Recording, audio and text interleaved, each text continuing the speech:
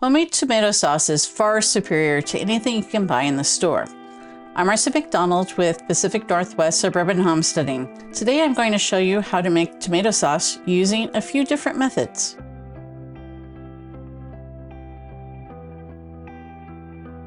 I grow my own tomatoes from plants I start as seeds. I grow a huge amount of tomatoes, as does my mother-in-law, so we have plenty for eating as well as making tomato sauce. Not everyone can or wants to do this, so farmers markets or friends with more tomatoes than they can use are great sources. It takes a lot of tomatoes to put up enough sauce to last until the next season like we do. Whether you want to do this or just make a small batch just for one meal, the methods are the same.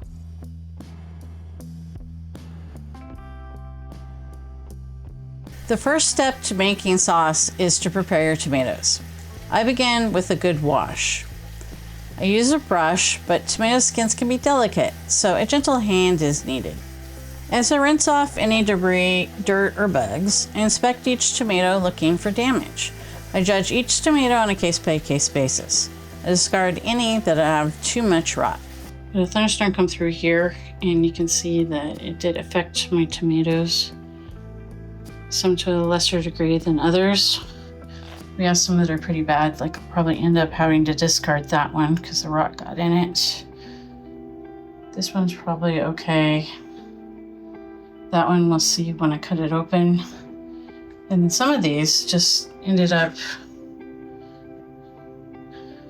where they sealed up again, so there aren't a problem. There's different schools of thought about whether you use damaged tomatoes or not.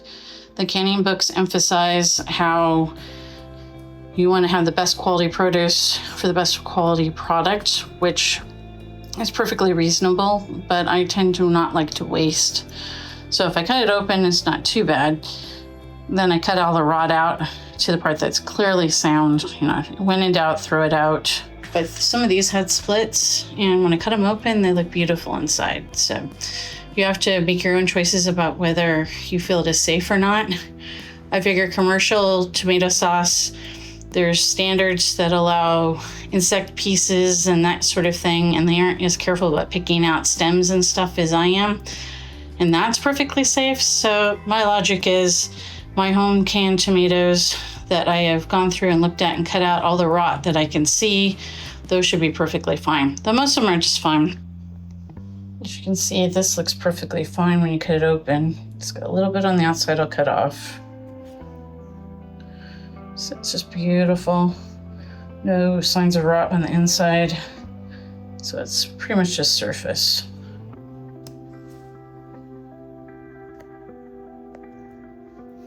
So I cut off all of that outside stuff and it's perfectly fine.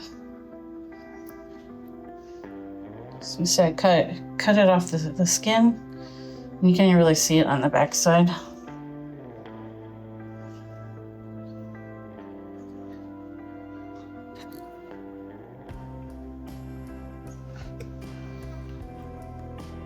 This one looks really good, the rest of it. And this was the nastiest of them. It looks like this on this side. When I cut it on this side, cut it back far enough that I was sure that I cut all the rot out.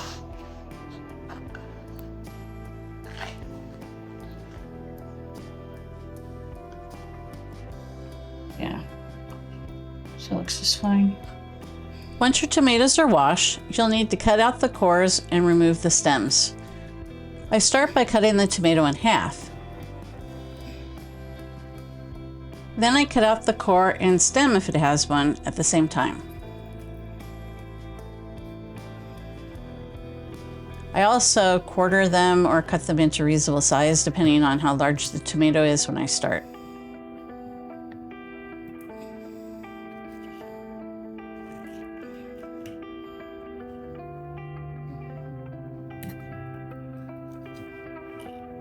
Some tomatoes need a bit more creativity when cutting. Use your best judgment as to how you want to cut them.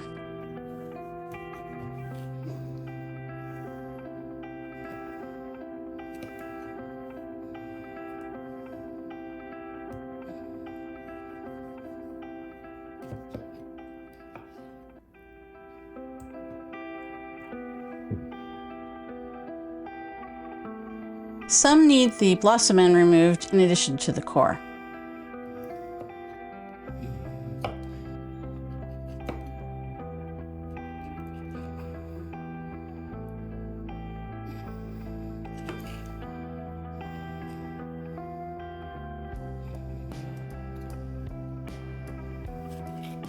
Now it's time to process our tomatoes.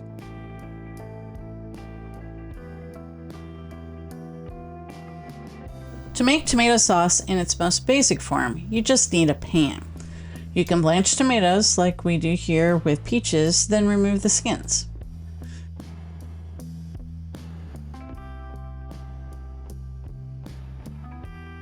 Then you just cook and smash your tomatoes. I think the seeds add an unpleasant texture and bitterness, so I like to remove them as well as the skins, so I use specialized equipment to help in this process. My mother used a chinois, a fancy sieve with a pestle you use to squish the tomatoes. This is a great method that I have used for years. It takes a bit of muscle though, and is a specialized piece of equipment that takes a fair amount of storage space. If you go this route, make sure you purchase one made of steel rather than aluminum. The acid of the tomatoes can etch aluminum and possibly leach the metal into your food, which is not a healthy thing. New to me this season, I have a vintage food mill I picked up at a thrift store.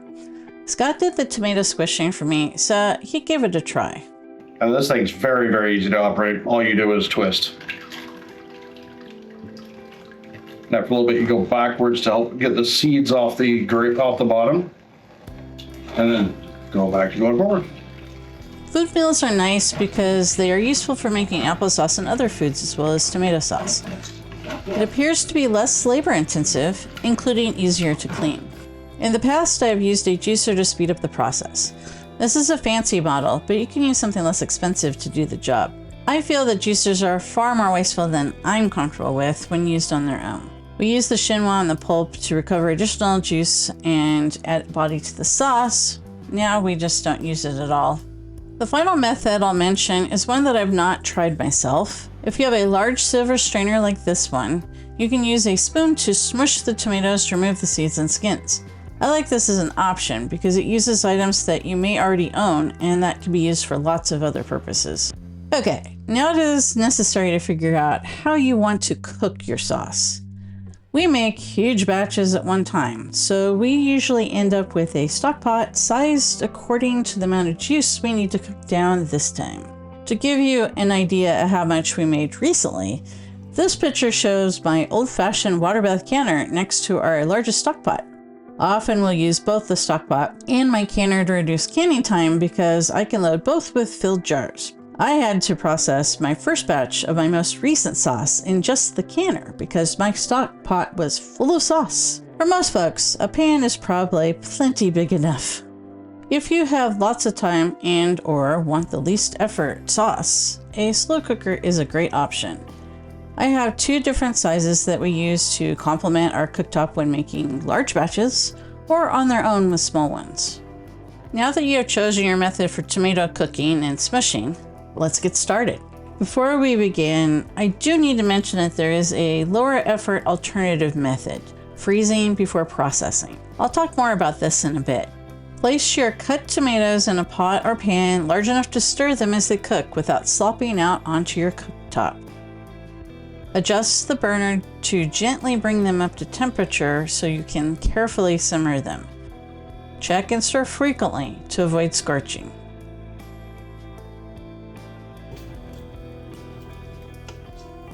You can see here how they're starting to break down. They are not ready yet though. Looks like that's about ready now. They're nice and soft, so it's time to run them through the chinois. Carefully ladle the hot tomatoes and juice into the chinois if that is the method you're using. I'll show the food mill in a moment. Use the pestle to squeeze out as much of the juice as you can. I scrape the skins and seeds off periodically into a waste bowl. It's fairly dry. It's tomato skins and some seeds. Take this over and I'm just gonna scrape off the solids that have settled on the outside that haven't dripped down yet. Once you've pretty much gotten as much of the juice and stuff out of there as you can, then we just take the rest of the pulp that's left over and just gonna put it aside, and then it can be put in the compost bin. I've got this combination of fresh tomatoes and stuff that came out of the freezer that I've been cooking over there in a big pot, just enough to break it down into tomato goo. I just pour this into my little food mill. And this thing's very, very easy to operate. All you do is twist.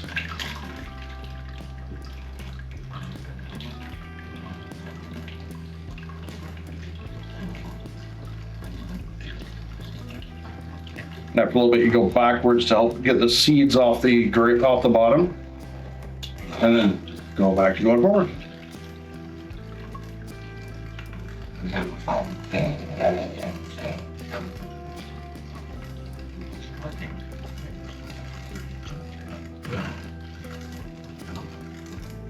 At this point, I need to add some more stuff to it.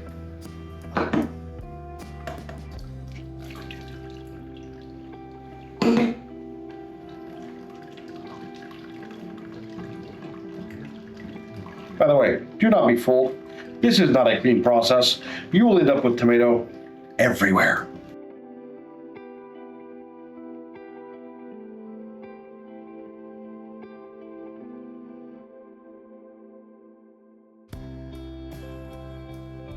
Yes, that is tomato splatter on the ceiling.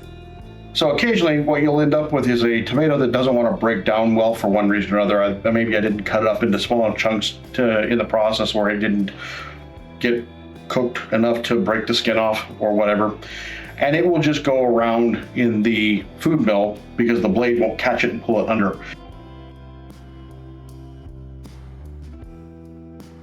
So what I do is I just take my little spoon and I move over to one side where it's out from the blade, and then I just give it a good squish with my spoon to break it up, and then go back to spinning the meal.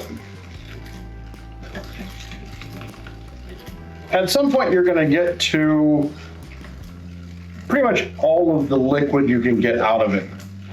The food mill is not going to be quite as effective at getting every last ounce of juice out of a tomato as the sieve and pestle is, but it works really well, at least well enough, especially for the large quantity that we're working with at this time. It also takes a lot less physical energy to do, and pretty much anybody can sit here and spin this knob. But at some point, you're going to get to a consistency of the remaining material that you're pretty sure you've got most of what you're going to get out of it. And I just keep a little junk bowl off to the one side to dispose of the material. One of the really cool things about this is how this works when it's time to actually empty it. So you can see my material in there. What I'm going to do is I'm actually going to rotate my sieve, and it's kind of hard to watch, so I'll try to do it this way. I'm going to rotate the handle backwards, and because of the way the blade works, it's just going to help me empty out my little container there. And I'm ready for my next batch. So that's the pulp that was left from the tomatoes. This is the amount that's left. We will put that on the stove and cook it down until it's about half. And then the consistency will be about right for tomato sauce. Yep. And now we wait. Stirring occasionally so it doesn't burn and stick to the bottom. I got it. The juice is starting to bubble nicely, so I'm going to turn it down a little bit, and then we just wait for it to thicken. So we've been cooking it for a while, and the tomato sauce is just about the right consistency. Overall, it's cooked down about half from where we started. Sometimes a lack of time or energy do not allow for the whole process to be completed in one day. It is helpful to have some pitchers or other containers to store the cut tomatoes, juice, or completed sauce in the refrigerator until you're ready to finish the process. It's okay to take a short break and complete the project another day.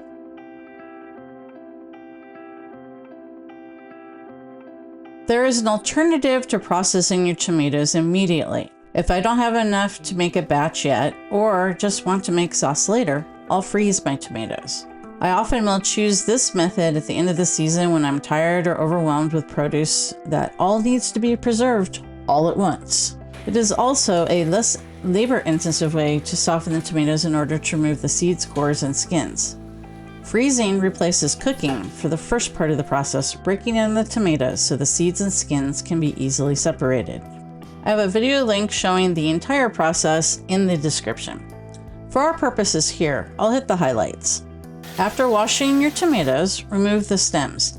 Then you either put them in a zip bag or other container for longer term storage to avoid freezer burn, or you can freeze them in a bin or on a cookie sheet if you plan to use them soon. Thaw them in the fridge. Most, if not all of the ice needs to melt before straining them. This can take several days depending on the temperature your refrigerator is set to. Also, it depends on your freezer temperature. Ours is set to minus 10 degrees Fahrenheit. Do not thaw them on the counter. It is unsafe. Look up methods of thawing using water if you need to speed up the process, or simply throw your tomatoes in a pot and cook them. As Scott mentioned earlier, my most recent massive batch of tomato sauce used a combination of tomatoes stowed in the freezer and fresh. I simply had too many to completely take the easy method and freeze them all. My freezer has lots of other stuff in it. Once the fresh ones were hot, Scott added in the frozen a few at a time and processed the whole batch once all the tomatoes were soft. Once thawed, add your tomatoes to your strainer. I used a Shinwa the last time I used frozen tomatoes. Many people, including my mother-in-law, recommend pouring off the liquid to speed up the cooking down process. This is a valid method. Scott and I choose not to do this because we are concerned about the nutrient and flavor loss. More research is needed to definitively settle the question. It probably doesn't make that much of a difference though. It can be kind of fun working with frozen tomatoes. If you have any pent-up anger or frustration, you can stab them to start the breaking down process and work out your feelings in a socially responsible manner. From there, the process is identical to the hot tomato method. Put the juice on the cooktop or in a slow cooker and reduce it down until you like the thickness of the sauce. To freeze or not to freeze? Freezing buys time when there is no time or desire to make sauce immediately. It requires less time and work up front because you don't need to do any cutting except to remove bad spots. If you pour off the liquid, it speeds up the cooking down process. Finally, you don't have to work with hot tomatoes. The downside is that it takes a few days to thaw the tomatoes once they are removed from the freezer. It also uses disposable plastic bags if you opt for longer storage. I wash mine and I use them for other things, but still disposable. It also requires that you actually have enough room in your freezer. Ultimately, I end up doing a little bit of both.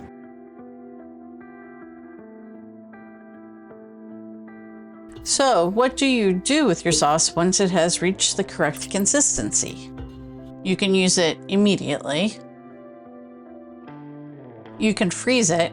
One method is to use silicone molds and then freeze your sauce. Once it is fully frozen, you can pop out each saucicle, then vacuum seal them before returning them to the freezer.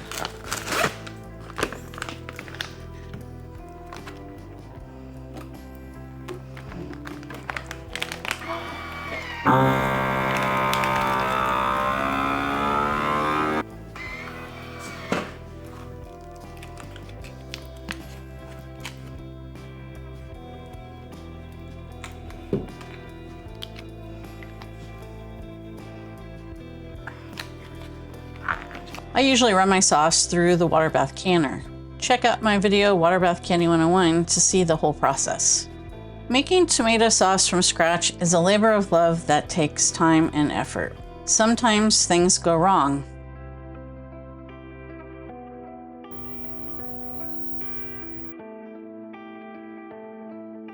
Things get really messy. Sure, you can buy commercial tomato sauce, but homemade tastes so much better. I also know that it is high quality without gross stuff cooked in.